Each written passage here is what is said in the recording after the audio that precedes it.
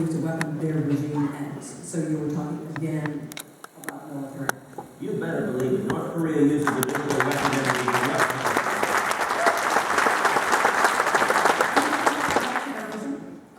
directly, and there wasn't another attack last night. This one in Burkina Faso. Yes. Last I saw was 27. It might have gone up since then. So, what do you do? Well, this is the latest manifestation of radical Islamic terror. Yep. And one of the reasons the American people are so frustrated is because we have a president who is in a state of denial about everything. Following the terror attack in Paris, following the terror attack in San Bernardino, President Obama gave a nationally televised address where once again he refused even to utter the words radical Islamic terror.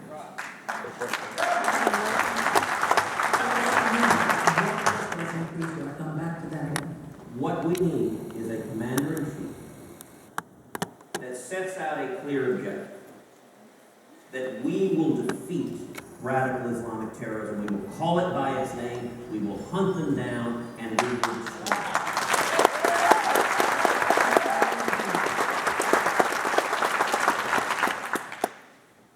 And let me note at the outset, and I'll talk about the specifics in a moment, but I want to talk at the outset about the strategy and objective the commander-in-chief set, because that is the most important and everything flows from it. A couple of months ago, President Obama went to Europe, and he said he doesn't believe in American leadership or American women.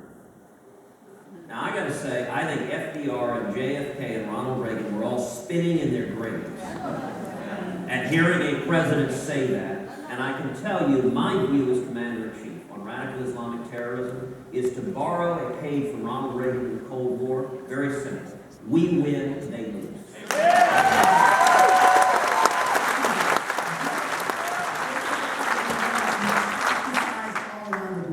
It has metastasized, and it's metastasized because America has receded from leadership in the world, and we've allowed our enemies to grow. So you start, and listen, the model.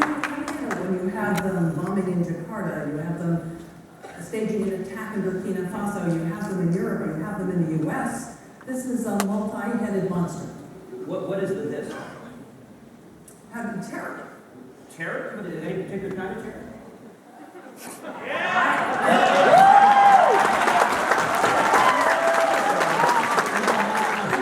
is not many kinds of terror. These are not ticked off animal rights acts. There is one, but listen, this is not just a question of semantics.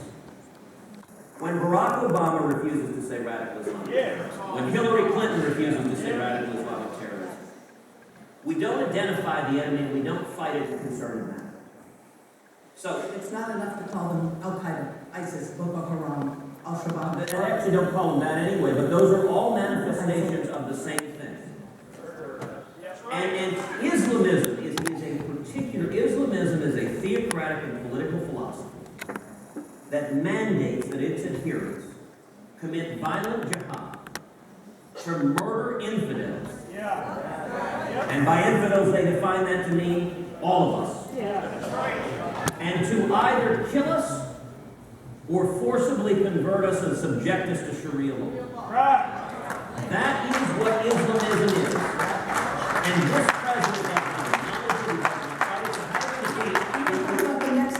but you have to talk about what we're doing wrong to talk about how you fix it.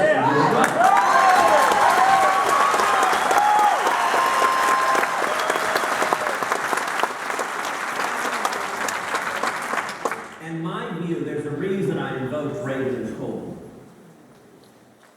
I think Barack Obama bears enormous similarities to Jimmy Carter.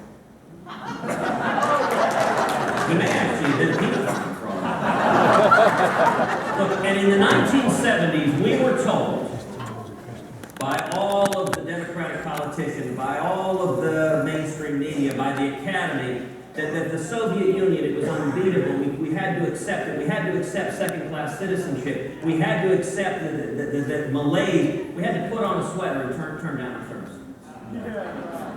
And when Ronald Reagan came in, there is value to speaking the truth. So when Reagan stood up and said, the Soviet Union is an evil empire, the intelligentsia was horrified. When he said that Marxism-Leninism will end up on the ash heap of history, again, the intelligentsia horrified. When he said, we win, they lose, the Democrats said, you don't understand nuance and sophistication. You don't understand détente, which I think is French for surrender.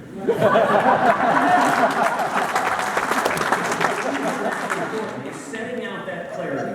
Reagan set out, it will be the unifying object of our nation's foreign policy to defeat Soviet communism. And we're going to push it on every front. Number one, ideologic.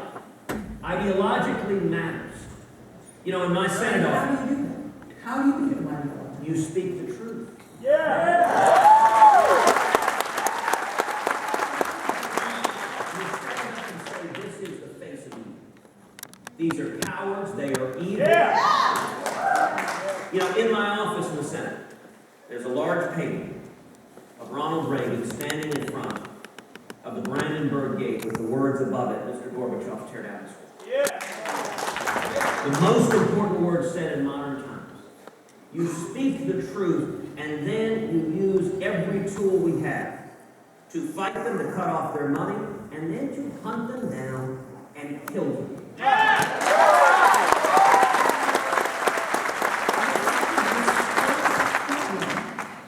How do you do that? Okay, so let's talk about it. Let's talk about it in two places. Let's talk about it abroad and home. Let's start with actually at home. At home, here are the consequences of this president not being willing to acknowledge radical Islamic terrorism, his entire administration, as a matter of policy, refusing to say those words. They don't do what's necessary to protect his country. So let's go back 6 years ago, Nidal Hassan. Nidal Hassan at Fort Hood. The Obama administration knew that Nidal Hassan was communicating with Anwar al-Awlaki, a known radical Islamic cleric. They knew that he had asked al-Awlaki about the permissibility of waging jihad against his fellow soldiers. And they did nothing. Gee, that is nuts. Any soldier communicates with a radical Islamic cleric, asks, can I murder my fellow soldiers? MPs should show up within minutes and put them in handcuffs.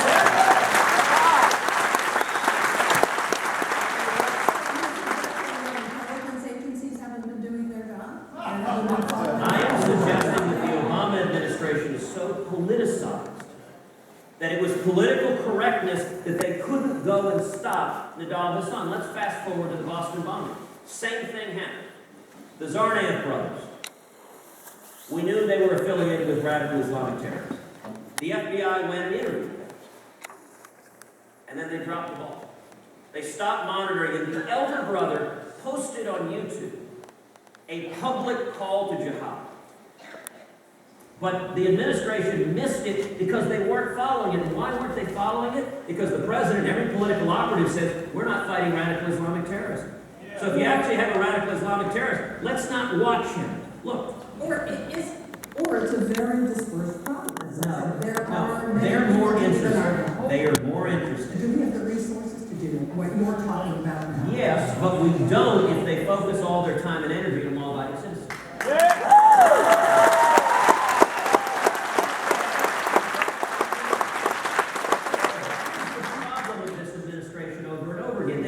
Distinguish good guys from bad guys. When it comes to surveillance, they want everybody's phones and emails in this room, but they don't actually target the bad guys and stop the Tsarnaev brothers from blowing up the Boston area.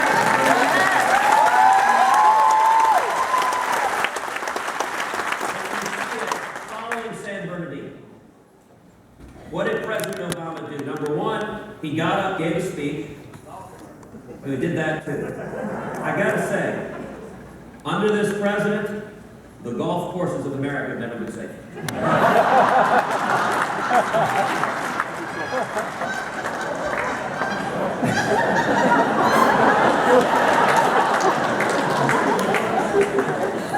But the speech he gave had three elements, each of which I thought was problematic. Number one, it did not identify the enemy, radical Islamic terrorism. Number two, he went on this extensive attack on Islamophobia. And if you notice, the only time this president gets passionate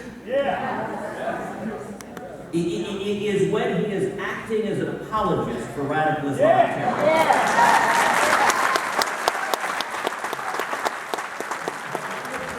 This goes right to the point. What did he call for? Taking away the Second Amendment rights of millions of law-abiding citizens. That's his focus. He focuses on good guys instead of bad guys. You focus narrowly and directly. And by the way, another example. Give me specifics. Okay, another example. Let's take San Bernardino. Those two terrorists came in, the woman came in on a fiancé visa. Now that fiancé visa, by the way, it was vetted using the exact same vetting that President Obama says, no problem, we'll be fine with Syrian refugees with this wonderful vetting. Right. Now she put on her fiancé application a made-up address in Pakistan. But this crack vetting didn't notice this address didn't exist.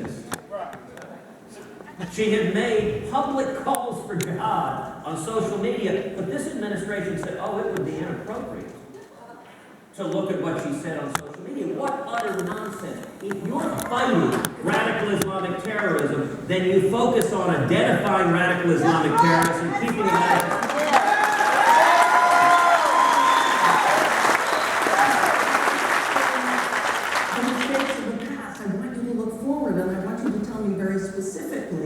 What you're going to change. But Jane, the premise of your question is fundamentally flawed. You say instead of dissecting the mistakes of the past, as the old saying goes, those who fail to learn from history are doomed to repeat.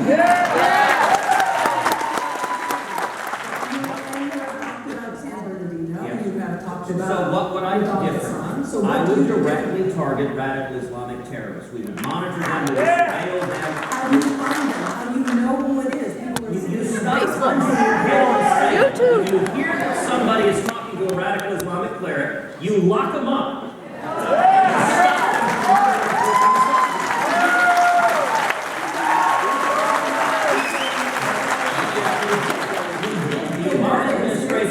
The Obama administration knew beforehand he was talking to Anwar al-Awlaki. They knew he'd inquired about waging jihad, and they did nothing. Those are facts. There are other instances, we both know of cases, where people have self-radicalized. They have not been in contact. But hold on, this self-radicalized notion is something President Obama likes to push, this notion of lone wolves. Because he wants to spread the idea that this is not one concerted effort. I mean, listen, after Fort Hood, after Nadal Hassan murdered 14 innocent souls, including an unborn child, the Obama administration characterized that as workplace violence. Nadal Hassan walked through yelling Aloha Akbar just 2 weeks ago.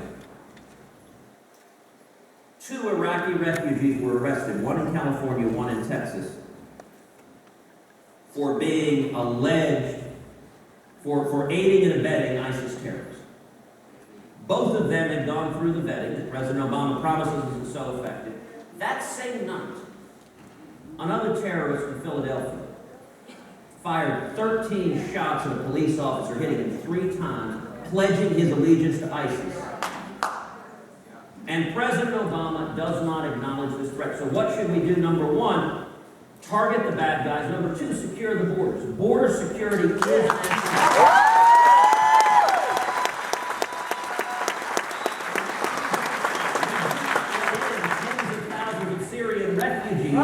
That ISIS has stated its objective to use these refugees to murder us, and this commander-in-chief has more loyalty to political correctness than he does to keeping American lives safe. Because a lot of the people in the audience had questions about that.